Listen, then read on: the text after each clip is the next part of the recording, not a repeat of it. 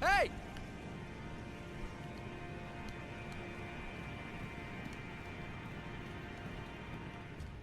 Okay, so first things first.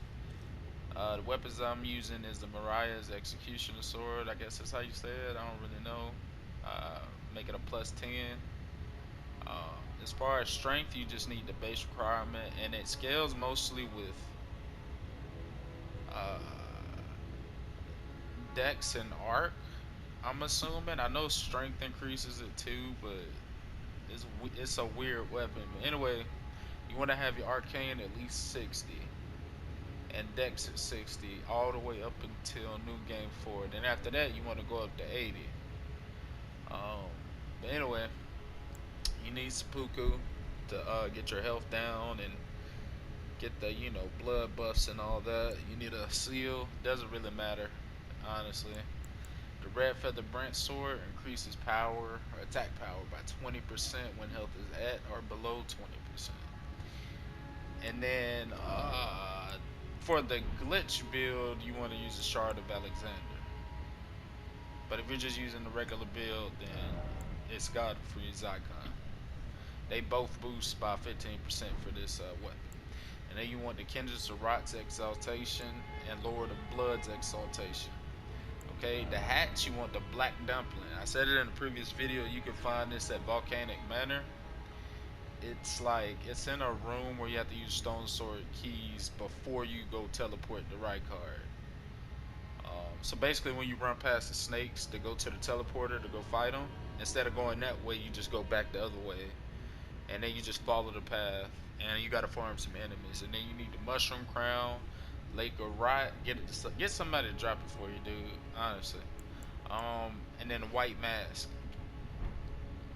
and so yeah, so when you get done buffing both of these, you know, talisman, once you get the buff for both talismans, you're gonna switch to Rotten Wing Sword Insignia.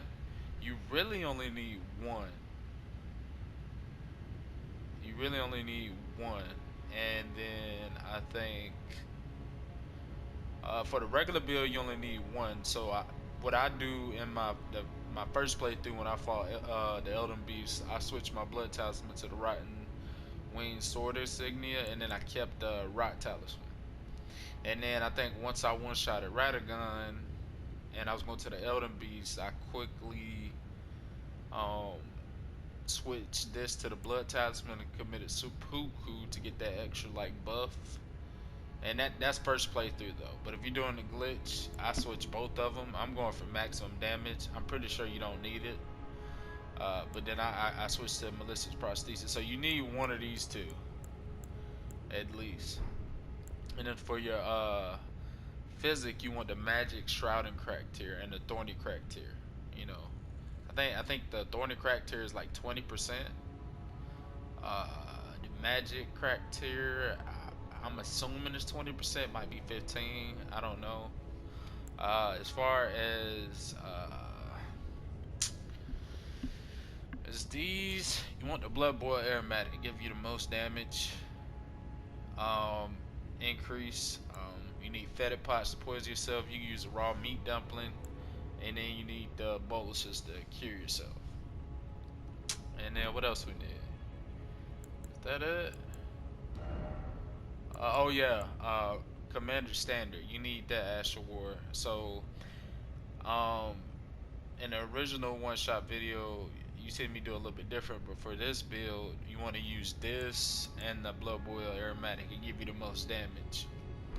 And then basically we gonna do the little buff real quick, you know. So we're gonna drink the physics first, and then want to proc the madness.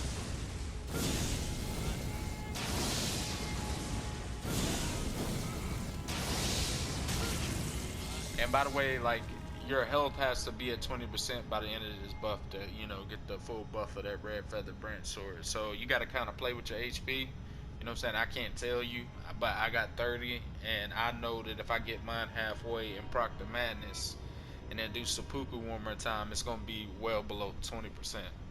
But anyway, you're gonna proc the madness, then we're gonna quickly hit this, Or you can use a blood boil automatic, it really don't matter. And then we're gonna boom. Okay. And then you're gonna have to do this. And then you want to switch to the white mask, commit to swoop. And then you just want to quickly switch to your mushroom cap. And then you just want to poison yourself. And then what I did in the video is I quickly switched this to that. And then I pressed the golden light to enter the boss fight. And then while I'm doing that, I switch this to that. And boom, you ready to go. Okay. Now as far as the glitch, it's hard to explain. So you know, it takes practice. It's a timing thing. It's really not that hard. It literally took me like 30 minutes to figure it out. So you can do it several ways. This is the easiest way for me. So you just roll. While doing the roll animation, you press L2 for like the Ash Award, which is unsheathed. So the Uchigatana has to be unsheathed for the so it doesn't have to have the Ash Award basically. So you just want to roll, press L2, and then you want to press start, equipment, down on the D-pad, X, and then switch to the God Slayer's greatsword. And then that'll trigger the Astral War. It'll trick the game into thinking that you're using the God Slayer's Astral War, but you're really using Maria's Executioner Sword with the Black Flame like Astral War, so it does like insane damage. And yeah, you got to clear out your inventory to get the Uchigatana right above the God Slayer, or right below the God Slayer weapon. So you know, clear it out.